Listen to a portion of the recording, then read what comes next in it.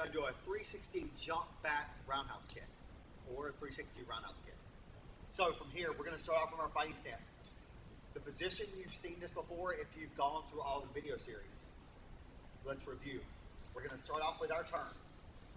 We're running away. Hips are in the same line. Now, we've got to get down there. So notice my shoulder, once again, if I go from the side here, let's go from here. So watch here, I'm not parallel.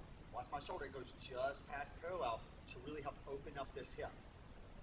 So from here, I'm going to turn, one.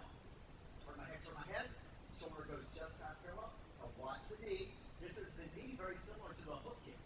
Watch the knee come up. Here.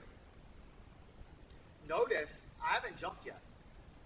This knee is facing my target, my hip, and the momentum is going to really help get this hip around, because I have to do a roundhouse kick.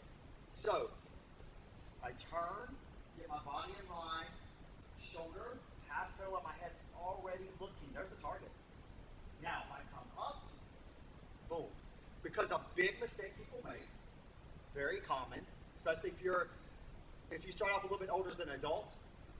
So when you come here, what happens is, when you come here, you start the kick here. There's the target. And they'll bring the kick up here and they'll go. And they'll do that. Look at all this extra distance they have to go, that they don't need to go. So what? I turn, watch the knee. I bring the knee up, facing the target.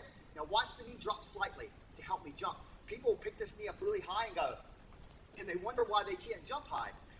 Well, once again, once we're here, watch the bounce. And there it is. It's just a roundhouse kick with a jump there.